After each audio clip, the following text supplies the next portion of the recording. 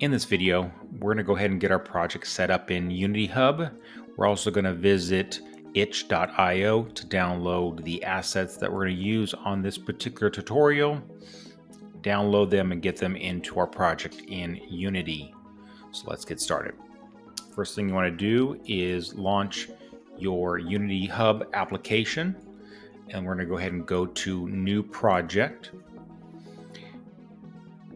At the very top, depending on how many different versions of Unity you have installed, the one that I'm going to use for this particular tutorial is 6000.0.60 as my editor version.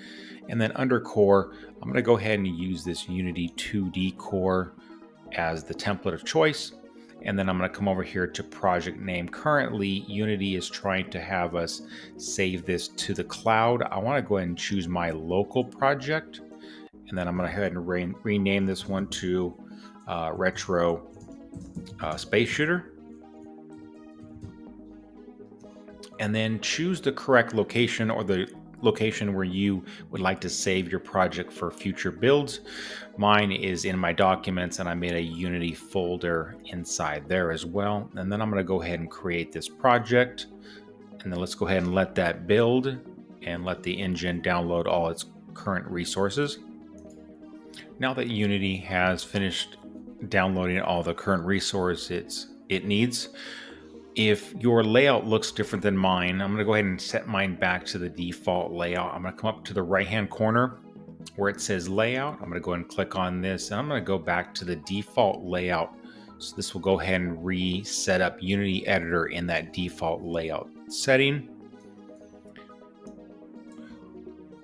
Here inside the editor, they're giving us this hierarchy. They've given us a sample scene with a main camera and a global light 2D.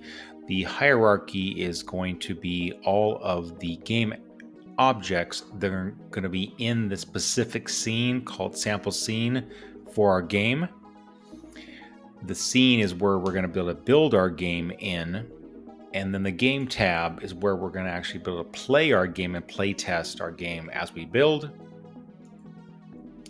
The inspector tab over here is for all the game objects in the specific scene.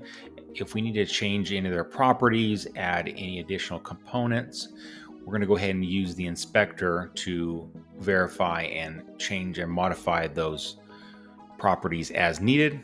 And in the lower bottom is our project folder structure. Currently, we have a folder called Scenes, which contains our sample scene, and then a settings folder that are inside of our assets. And then lastly is the console window. This is what we'll use to check for any errors, create any messages for us to test and beta test as we go through the particular project. And that will make up the windows that we're going to use inside of Unity as we build our project. Next step is for us to go and download the assets, get them downloaded and imported into Unity. Go ahead and open up your browser of choice, and we're going to navigate to itch.io. And on the left-hand side here, I'm going to go to Game Assets and search for our space shooter style assets.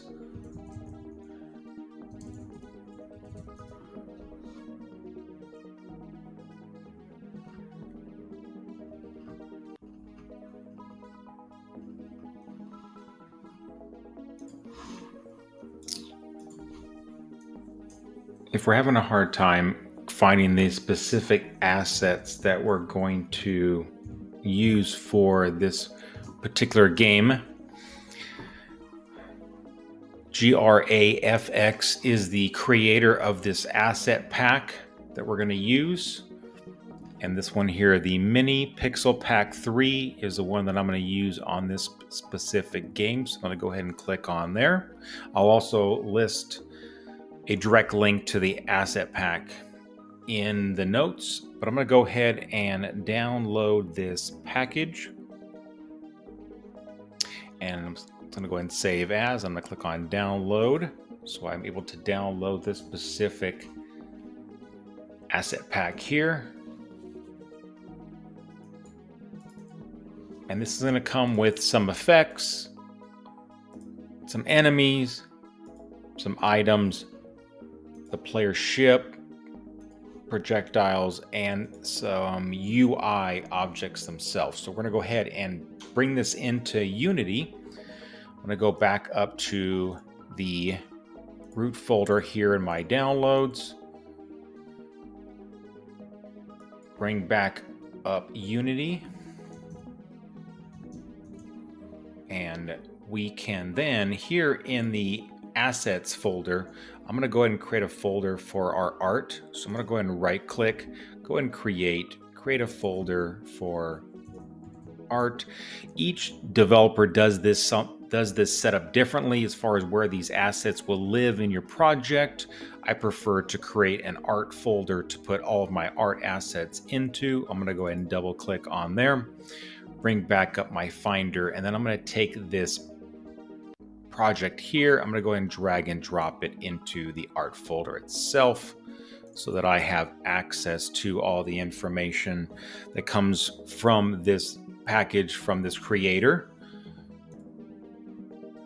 Now that we have the project set up, we'll be ready to go and get on to creating our player in the next video. Thanks for watching.